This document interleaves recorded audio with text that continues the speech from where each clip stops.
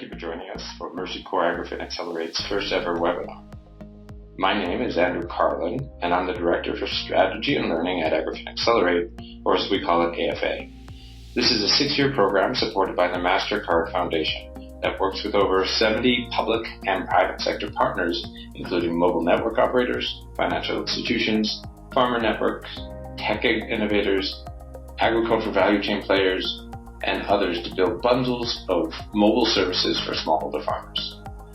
Today, we're here to discuss our latest case study, DigiFarm, and the role of partnership in delivering digital solutions to smallholder farmers. I'm joined today by Lisa Schrader, AFA's Program Director, as well as Fred Keel from Safaricom. Fred is the head of Safaricom's M-Agri Business Department, which built DigiFarm.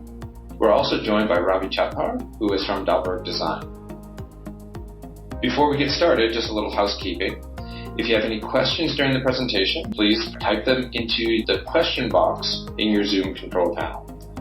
I'll bring them up during the presentation, and we'll also have time for questions and answers at the end.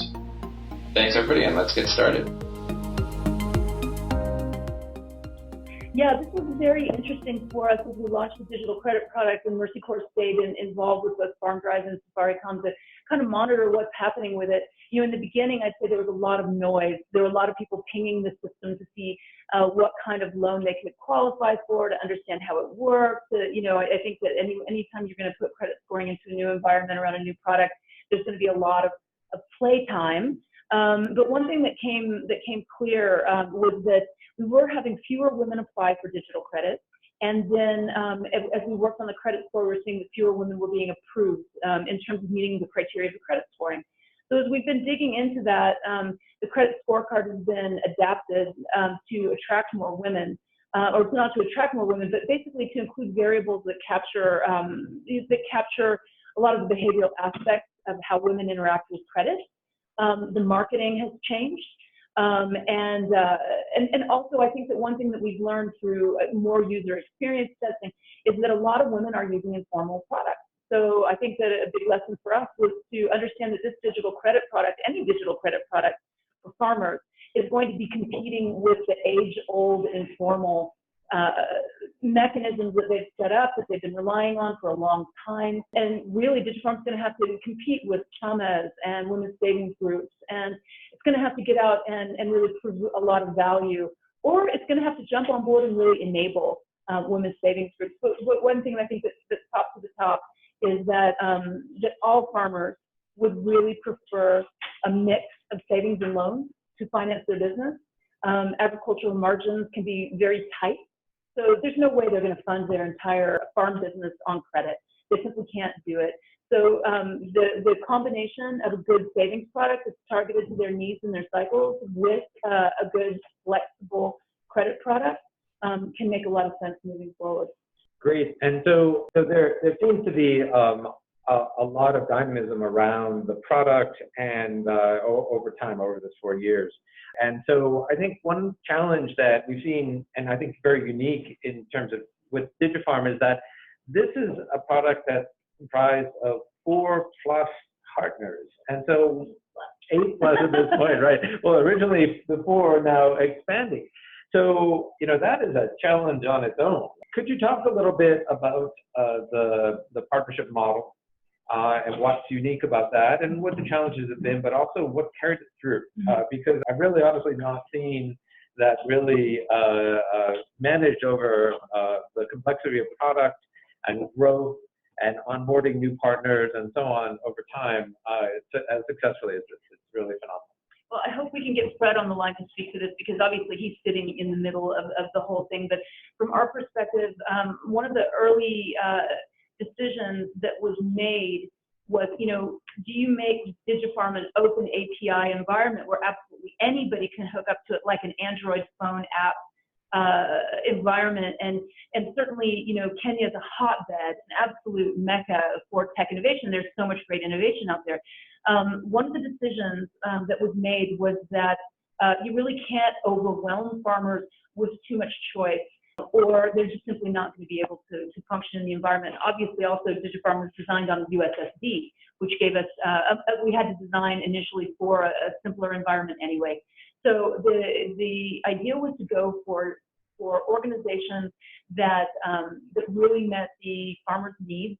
One thing that we'd heard about, for example, was that they need, a wide range of, they want a selection of inputs, so they don't want to just be married into one set of inputs, but they wanted individual access to inputs instead of through a group, that they wanted to be able to learn their own topic when they had bandwidth to learn, rather than whenever the SMS message was sent to them. So there were some lessons learned that helped with the initial selection of the partners.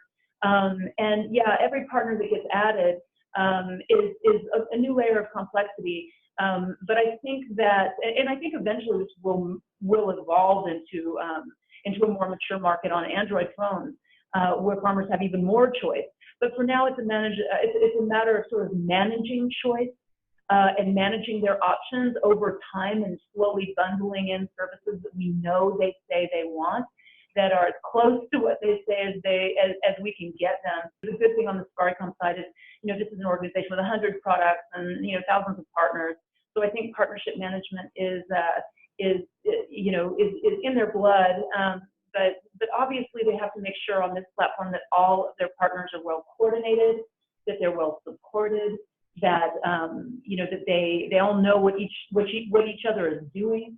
And I think that that's really the platform role, is to make sure that the full synergies of all the partners are brought to the table, that the full support of the power of Safaricom and its brand and its product, that all of that can be brought into play to support much smaller innovation companies that join the platform. So there's strengths and weaknesses on all sides, and it is a complex management piece. Terrific. Would like to bring Ravi Chatpar into the conversation a bit, because a lot of this innovation has really been driven by really understanding and listening to farmers, and the main approach methodology to that has been human-centered design. So Ravi, I hope you're there on the line. I know you're dialing in from the UK, and can tell us a little bit about the customer journey using HCD as a driver of that. Yeah, absolutely. Happy to do so. I think we've talked quite a bit about how HCD has been a really powerful methodology that we've been able to apply over the course of the initial design and evolution of DigiFarm, over the years. I thought it would be helpful to spend a bit of time really talking about what that means.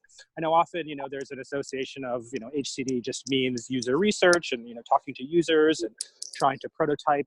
And those are definitely pieces of it, but wanted to share a bit more about like how some of those approaches are really useful in the context of this particular platform. One of the things that I think we recognize is, although we're talking about smallholder farmers and we describe smallholder farmers as being essentially farmers who have an income of less than $2.50 per day, and there's some other characteristics we often use in terms of the nature of their value chains and such.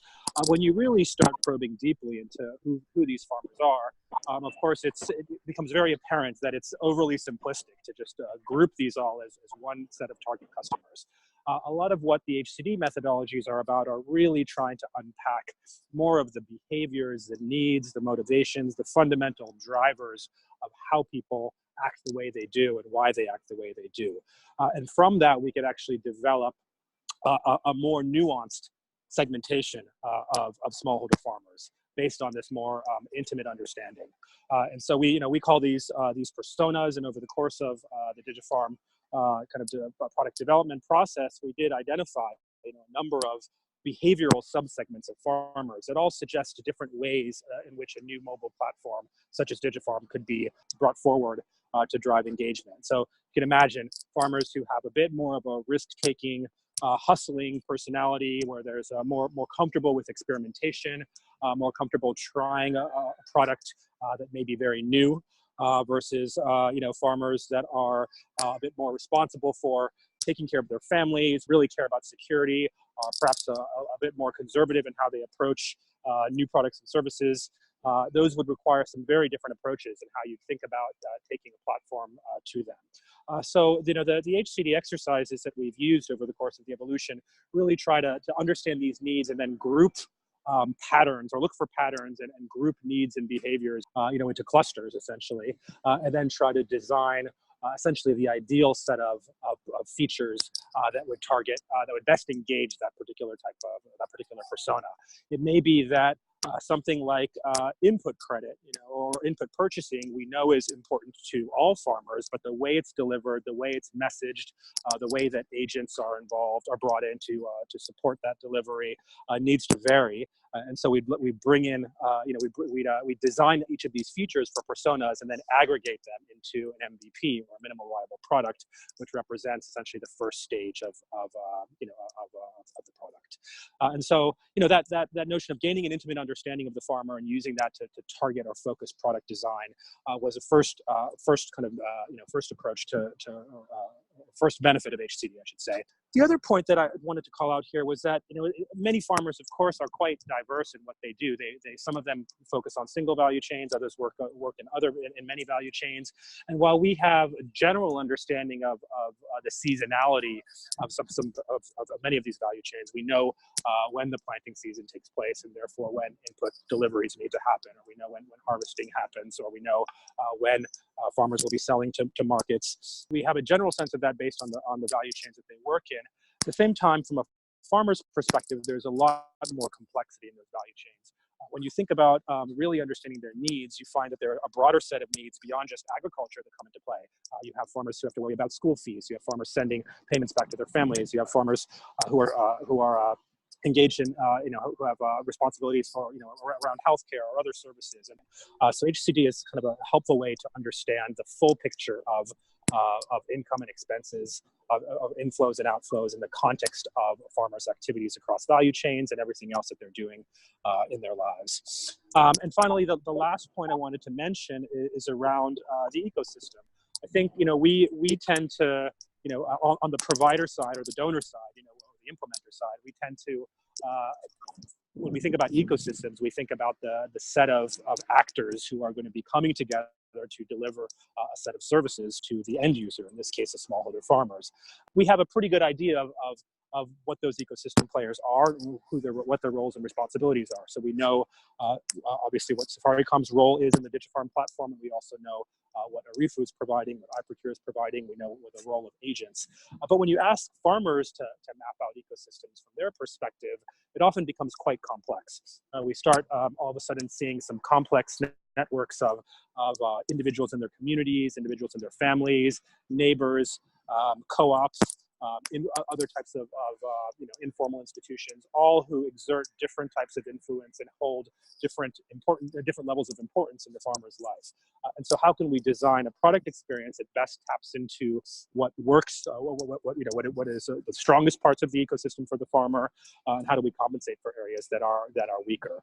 This often means that we're designing marketing strategies or awareness building strategies or incentive models for a variety of actors beyond the core set of providers who are actually offering the core service. So all of this is about creating a customer journey and an integrated customer experience that works for the farmer across their own ecosystem. Thank you, Ravi. Terrific. And sorry, everybody, the line went a little faded in and out a little bit there, but I hope everybody caught that. We do have Fred Pugh on the line now, and we're very pleased to have you join us, Fred. We really would love to hear from Safaricom's perspective what Safaricom's vision for this product is, and how did Safaricom come about developing this product for smallholder farmers? Why smallholder farmers? And what do you see the future of this product to be? I would start by saying that Safaricom, we are a purpose-driven organization, and we always say that our purpose is to transform the lives of Kenyans and, by extension, the lives of Africans. We've done that quite well as far as communication is concerned, and also when it comes to deepening financial inclusion. So about 3-4 years ago, as a business, we began asking ourselves which of the three sectors of the economy that are quite important do we need to focus on. And we identified three sectors: agriculture, health, and education. And we said we need to transform these three sectors. So having said that, we looked at, of course, the issues that the agriculture sector is facing.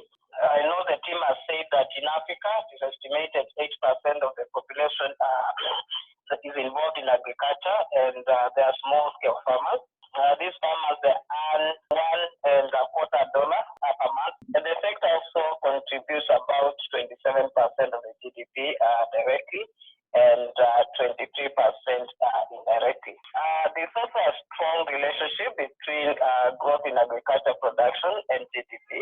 The bulk of our customers today, they fall within this category because with our 32 million customers today, roughly 80% will be a representative of the farm ecosystem in the country. So having looked at this picture, then we said we need to look at the challenges that the sector is facing, and we summarize them into 5. One is knowledge gaps within the farm ecosystem. And some of the things that we found that we went to the market with support from a massive cost is that farmers that are farming today, they farming what they are farming because they found their forefathers farming. So there's a huge gap on why farmers they are farming, what they should be farming, the how, and what sort of tools they should be using. The second major issue that we found out in the market is about quality and affordability of inputs, which remains to be a major concern today. Then the third issue is about access to credit and insurance. And there's another big issue of access to market, where it is estimated that farmers get only 32% in the value chain. And of course, there's a lot of post-harvest wastage that happens, which is estimated to about 26% again of production. So having looked at the challenges that the industry facing, then we ask ourselves what is the opportunity. We all know the statistics that have gone out, that it is estimated that the population will keep on growing, estimated 2 billion more people by 2050. And we said Africa has all the ingredients that it takes to actually feed the rest of the world. You talk of land, climate, water, labor, and penetration of technology. So with these two information, where we know the challenges and the opportunity, then we ask ourselves what assets that we've got as a telecommunication company, and we realize the most common thing that is used in Africa, starting with Kenya, of course, is the mobile phone. And then we now said we need to start thinking of a solution that is going to leverage on the mobile phone to drive transformation within the agriculture sector. Hence, our vision, which we've now narrowed down to say, to leverage on technology to enable the smallholder farmers become more wealthier, which will result in sustained food security. So we are very clear that our focus is the smallholder farmer for the very reason that they form the bulk of the population. If we manage to transform and increase the wealth of the smallholder farmer, we expect to reduce poverty. It is estimated actually every 1%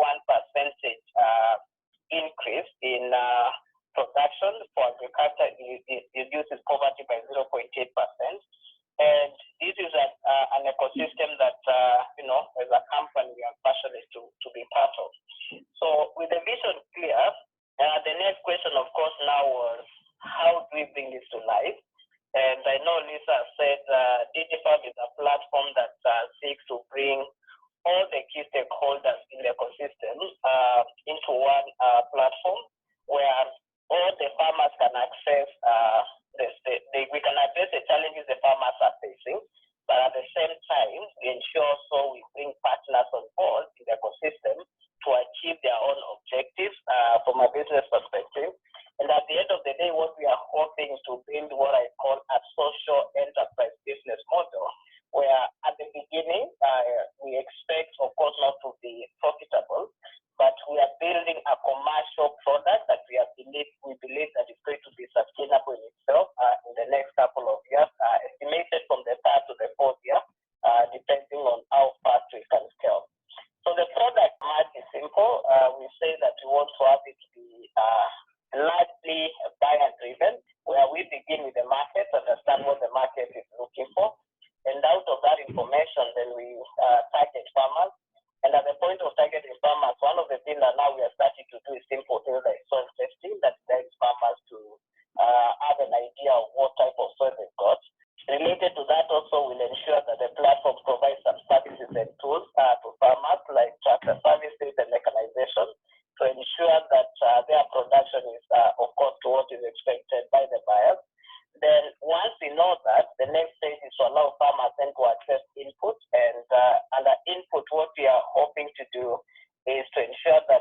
we have a depot that is branded DigiFarm and also fully aligned to the DigiFarm ethos within 3 kilometers of every smallholder farmer in Kenya.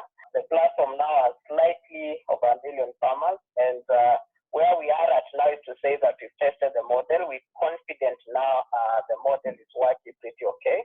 We are at that phase where we are challenging ourselves to scale it and at the same time commercialize, so that at least we can see the opportunity that we've got.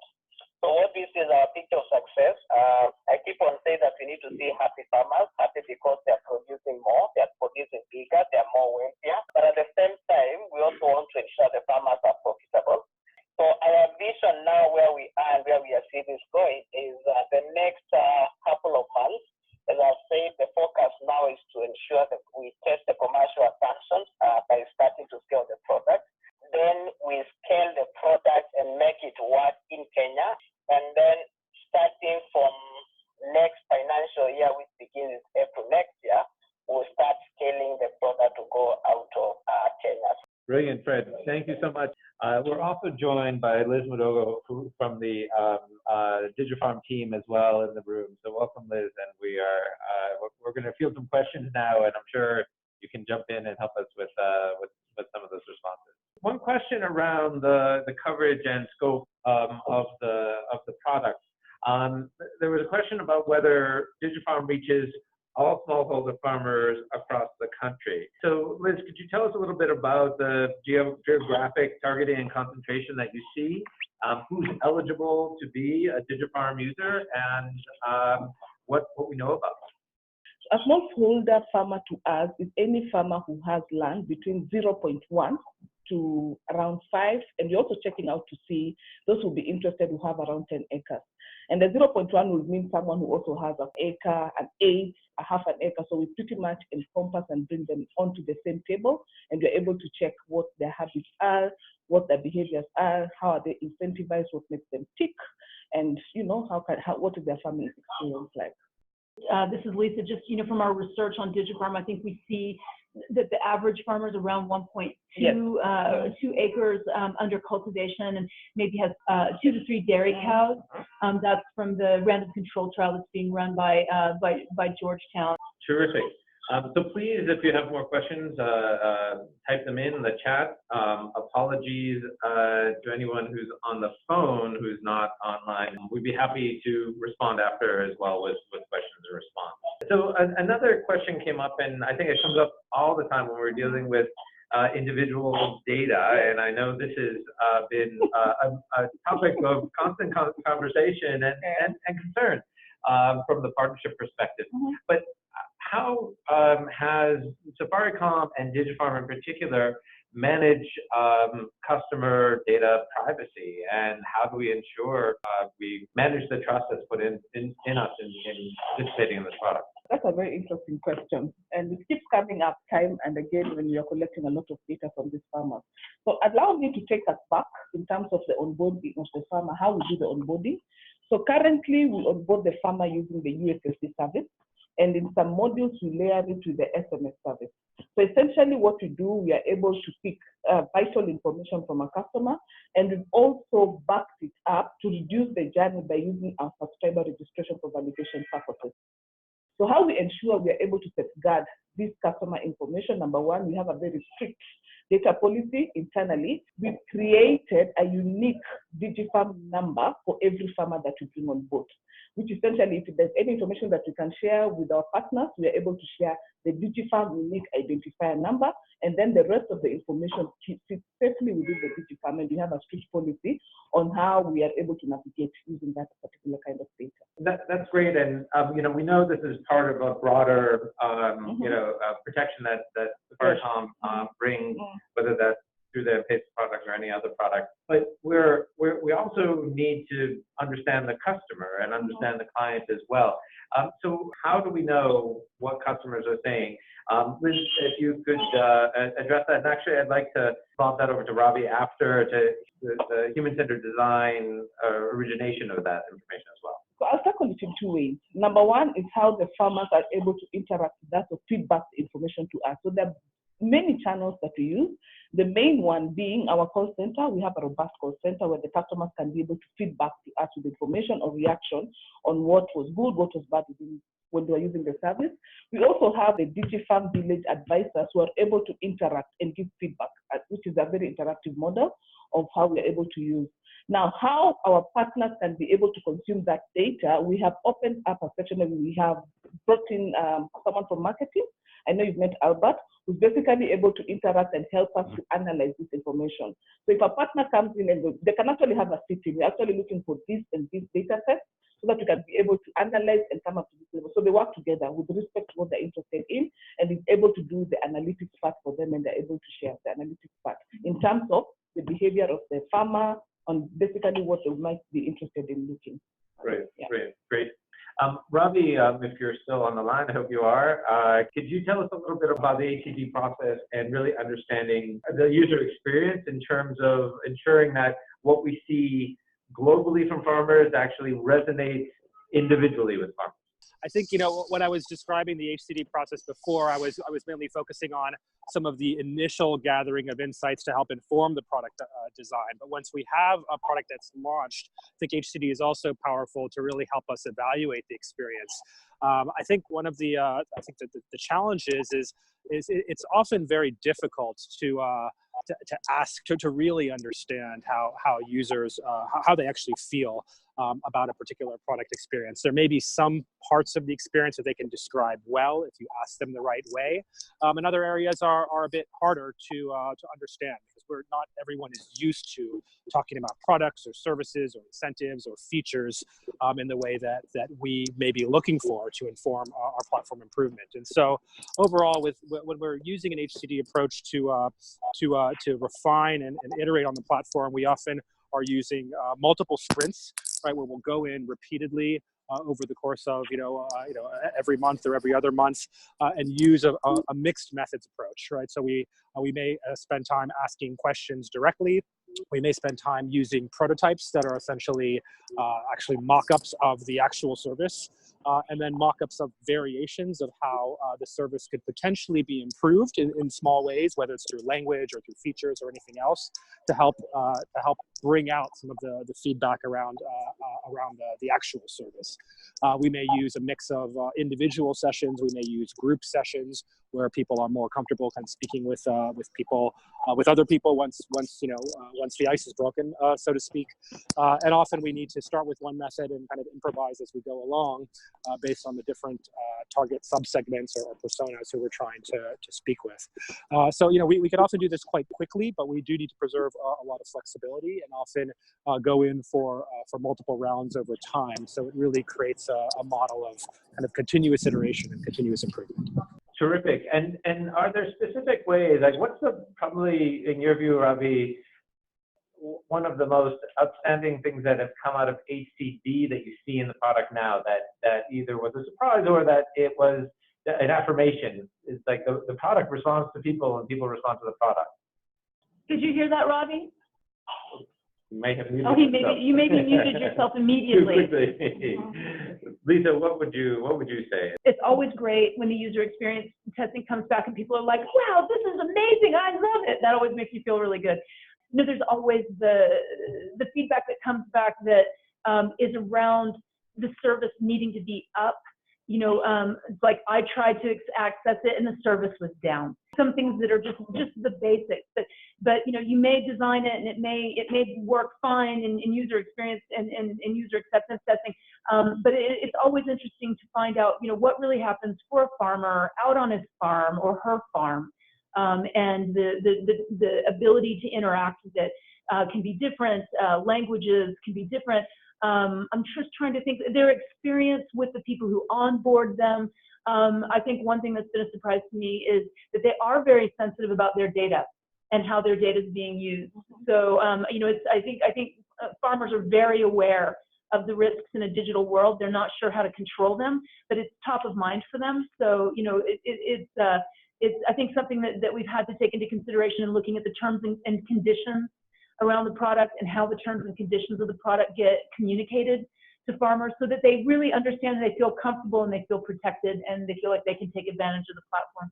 I don't know, Liz, was there anything that really surprised you from user experience testing after launch? So one of the things, it actually takes me back to when you were starting off, and allow me to digress a little bit. When you were starting off the journey, we had the picture of success in mind.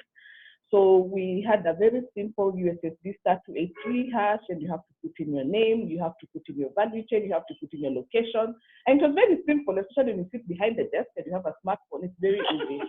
So when you get down to the field, this person, farmer, who's using a feature phone, and even the letters are actually erased. So it became a very long journey, a very frustrating journey, and the USSD keeps timing out, and you really don't know what to tell them, and yet you have to get this thing done. So some of the learnings that you picked is first, we need to reduce the journey and layer on the services that we have internally, and also to make sure we have a dynamic USSD. What we mean by a dynamic USSD, where you're able to expose the farmer to information that is relevant to him. For example, if you are in an area where there's no depot, we have not activated the depot, then we do not expose the loan capability to you. Right. So in terms of having the user being able to dictate, and also one of the other important things, I sit in an agile team where we have technical people, and most of them are developers. The moment I took them out to the field, it became a very easy conversation in terms of trying to design the product, and they're now able to put themselves in the shoes of the farmer. So everything that we do, besides having the information or the content, that market feedback, we also test it out physically out there, and you're able to pick as much information and able to do the interactions very easily on the phone. That's brilliant. And Yeah. if there's one small success that we can all claim is that we've gotten SafariCon and your team out into the field, which we enjoy greatly as well. And beyond that, I mean, I think the fact that SafariCom is now regularly doing their own user experience testing without Dahlberg, without Mercy Corps. So yeah, I think it really always yields surprises. You mentioned one thing, and it was a question that was flagged earlier. Someone asked about what the relationship and across all partners, but between iProcure and DigiFarm. Yes. And you mentioned a depot. So, yes. And there was also a question about, we saw this big spike from 2017, March 2017 yes. to into 2018, 2019. The product grew so much. So if you could just address a little bit what that journey was in terms of growth, and what those big acceleration points were. So essentially, when we were starting out this journey, I think, so let me start off with the first thing first. I think we put three questions together there. Sorry. So iProcure, how iProcure came into being. So iProcure is one of the organizations that we are trying to incubate within SafariCom. So that's part of the beneficiaries of the Spark Fund. And we are growing with them in terms of trying to, they already have the automation, how we can be able to layer on the automation to be able to deliver first-class service to our farmers. So the model that we have is basically we were planting DigiFarm depots along the way. So of late, we have started doing a franchise, and we are still able to, monitor and see how they're doing their experience. So it's all rounded, from stocking to education to training and constant feedback. Now, what have we done differently? I would actually attribute it all the way. I think the department itself is 1 year old, from May to May. We should be celebrating. It started off with blood, sweat, and tears, but in terms of trying to develop the system and trying to make sure you're able to put everything together, all the thoughts are coming up. You're also picking a lot of information from our predecessors and trying to see what is relevant, what is not relevant, trying to manage our backlog, trying to prioritize, what is important, what is not important, and also the partnership, trying to manage the partnership. I think I heard you had mentioned more than 4 partners. Yeah, they're actually around 9 partners and growing, trying to bring them to the same room and making sure we have the same mindset and also being able to prioritize. So one of the things that we have done differently, we have stand-ups, daily stand-ups, where we are able to update the activities that we're able to do and what we plan to do. And if there's any feedback, then we take a back seat, and we also have those ceremonies to do the sprint planning and also get feedback from the ground, exactly what is happening on the ground. And the other thing that we have, we also have goodwill from the organization, and thank you, Fred, from the management in terms of full support, both from a resources perspective and also from exposure. So that will definitely not complain. There's a lot of synergy that is coming through from the top management to be able to help us. And just from my side, it's been really interesting to watch SafariCom grow, DigiFarm grow rapidly to 200,000 farmers. And then there was, take a breath, design a new product, stabilize things. And then the next push got to basically 900,000, a million. And then it was like, take a breath, stabilize, build the digital marketplace. So, you know, I think it has kind of grown in big bursts around big launches. Yes. And I assume you guys will have another one sometime soon. We're actually going down to McWin on Saturday, just to be able to see how the planting season happens and to be able to interact with the farmers and the DigiFarm village advisors for us to be able to get more insights on how we can be able to do our propositions better. Yeah, and there seems to be, I mean, over this period of time, at least from my perspective, the product has never stopped. It seems that adding partners, adding solutions, adding value chains, really experimenting. But the fact that Safaricom put together an ag unit with a mandate to really drive, that sounds like has been a key feature in terms of the acceleration of the program. I would comfortably say yes, because the concentration is very clear, the mandate is very clear, the vision is very clear, and you're also given room to be able to air what you feel should be prioritized and what should exist. Now, the other task is we have been given now a mandate to be able to expand a little bit more. So you're always on the stretch. How can you be able to get out of Kenya to the other countries? And the addressing in particular, I mean, we know this year has been a difficult year for farmers because of drought. Yes. And one of the questions that came in was linkages to research institutions and government institutions such as the CalRO, the Kenya Agricultural Research Centers, including CalRO. What is the future? And Lisa, I know you've been working closely with expanding this future vision. Where do you see the future going with smart farming and precision agriculture for the smallholders? It's meaningful for them. Yeah, I think that when Liz did all the sleepless nights to launch the digital marketplace, that that had amazing benefits for participating farmers, unless there was drought. And there was a lot of drought, as we all know. This year we've really been hitting Kenya pretty badly. And I think one of the pieces that the farmers were saying to us was, can you help us? Can you tell us when the rain is going to come? Is there going to be enough rain? How do we do this? And this has really led us on another innovation kind of journey with Safaricom around smart farming. Like, how can we get precise recommendations to the farmers now that we know where they are, they know what we know what they're doing, we know what their goals are. How can we get precise recommendations to them that really tap into the true world of technology? So there have been discussions moving forward with CalRO.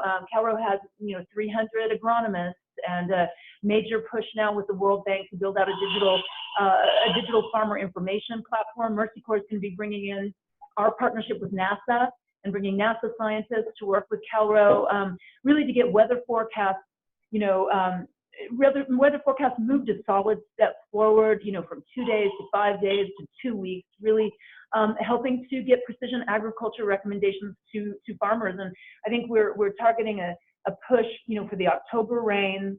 We'll be ready. Yes. So I'm looking at Liz. We'll be ready by the October rain. Yeah, we've done all the, the pilot work, so we should be ready to So I think the world of smart farming is really unfolding now, and the ability to use satellite data and sensor data and other streams of data and crunch it together into models that tell us more about our soil, that tell us more about climate change, that tell us more about water, that tell us more about pests and disease. I think that these kinds of things are coming, and they need to be understood. And Kenya's in a great position right now, to be able to capture that and stream it to very large numbers of farmers through DigiFarm and other innovators in the space. But I think it's a new wave for Africa, and we're really excited to be working with Safaricom on it and CalRO. It sounds like, Fred, this isn't a journey that Safaricom and DigiFarm can do alone. Onboarding new partners and building new product characteristics or attributes will be important. What advice do you have for the ecosystem and potential partners out there? I think for me, DigiFarm is about partnerships, and the platform we built, Safaricom has core capabilities, but we do believe that we do have capabilities to drive this product to the success that we want to achieve. So my advice to any partner that is wishing to partner with us, first of all, is to appreciate the entire vision in totality of what we are trying to do. Because what I've seen is every day I talk probably get a call or see people are coming in to say that we have this brilliant idea that we want to plug into your platform. But then when you have a discussion to align on the vision and the why we are doing what we are doing, sometimes we don't get that clarity, sometimes we do get. So my advice is we need to think the why. And as I said, the why for us is not to make money. We know we'll make money in the process.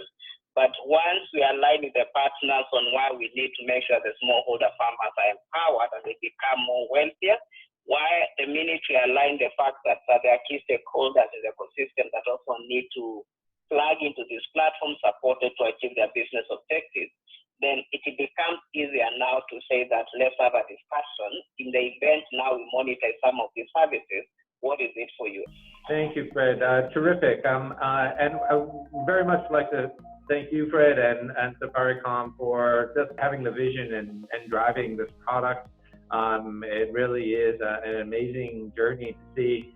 I'd also like to recognize and thank very much the MasterCard Foundation is the primary donor and funder of this activity from Mercy Corps' inputs and overall. Lisa, you wanted to mention? Yeah, I also, obviously MasterCard has been with us since the very beginning on this journey, and we're also really happy that the Gates Foundation has joined in really over the last 6 months and brought a lot of their expertise and their resources around the precision ag and the smart farming piece. So really happy to have that development partner, coming in to support DigiFarm. Yeah, also want to thank Dahlberg for all the amazing work that they've done with Safaricom and thank the Agrifin team put together this webinar. Thank you, everybody. So, we're going to wrap up now. We couldn't get to everybody's questions.